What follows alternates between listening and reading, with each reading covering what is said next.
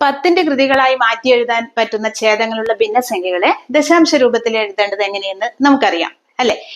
10ന്റെ കൃതികളായി മാറ്റി എഴുതാൻ പറ്റാത്ത സംഖ്യകളാണെങ്കിലോ, അതായത് ബോർഡിൽ എഴുതിയിരിക്കുന്ന സംഖ്യകൾ നോക്ക്, 1/9, 2/9, 3/9 എക്സെട്ര 7/9 ഇത്രയും സംഖ്യകൾ എഴുതിയിട്ടുണ്ട്. ഇവിടുത്തെ ഛേദങ്ങളെല്ലാം 9 ആണ്.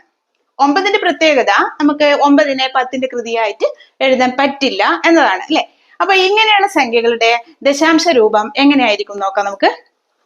1/9ന്റെ ദശാംശ രൂപം 0.111 എക്സെട്ര എന്നാണ് അല്ലെ. അതൊരു റിപ്പീറ്റിംഗ് ഡെസിമൽ ആണ്, ആവർത്തന ദശാംശമാണ്.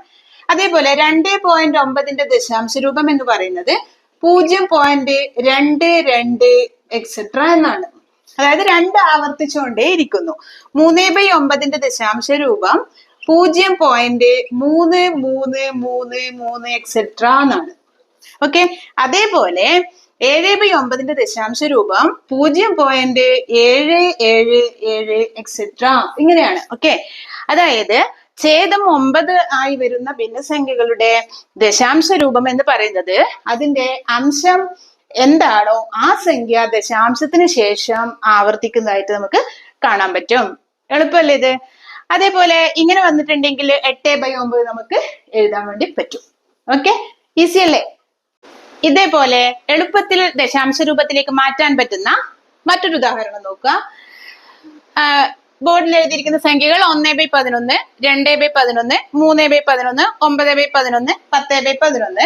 ഇവിടെ എഴുതിയിരിക്കുന്ന ഈ സംഖ്യകളുടെ എല്ലാം ഛേദം 11 ആണ് അല്ലെ. ഡിനോമിനേറ്ററിൽ 11 ആണ്.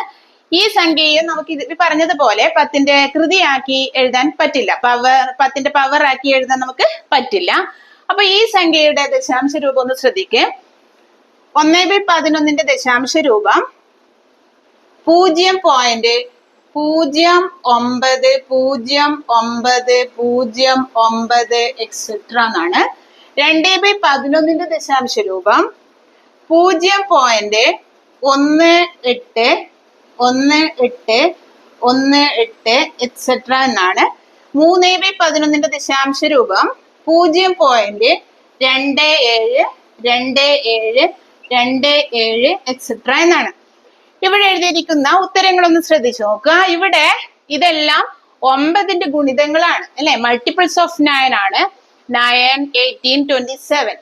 അതായത് ഫസ്റ്റ് ന്യൂമറേറ്റർ 1 ആകുമ്പോഴേ 9ന്റെ ഫസ്റ്റ് മൾട്ടിപ്പിൾ, ന്യൂമറേറ്റർ 2 ആകുമ്പോഴേ 9ന്റെ സെക്കൻഡ് മൾട്ടിപ്പിൾ, 3 ആകുമ്പോഴേ 9ന്റെ തേർഡ് മൾട്ടിപ്പിൾ.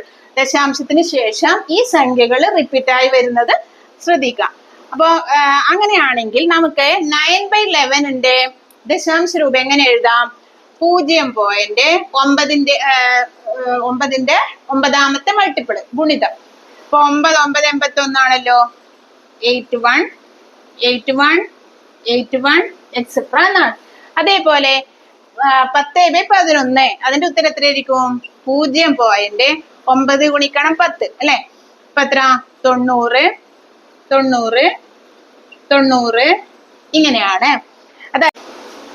അതായത് ഛേദം 11 വരുന്ന ഭിന്നസംഖ്യകളുടെ ദശാംശ രൂപത്തിൽ 9ന്റെ ഗുണിതങ്ങളാണ് ദശാംശ സ്ഥാനത്തിന് ശേഷം ആവർത്തിക്കുന്നത് എന്ന് നമുക്ക് കാണാൻ വേണ്ടി പറ്റും അല്ലെ. അതായത് ഫസ്റ്റ് വണ്ണില് 9ന്റെ ഫസ്റ്റ് ഗുണിതം, സെക്കൻഡ് വണ്ണില് 9ന്റെ രണ്ടാമത്തെ ഗുണിതം, 9ന്റെ മൂന്നാമത്തെ ഗുണിതം, അങ്ങനെ റിപ്പീറ്റ് ചെയ്യുന്നത് നമുക്ക് കാണാൻ പറ്റും.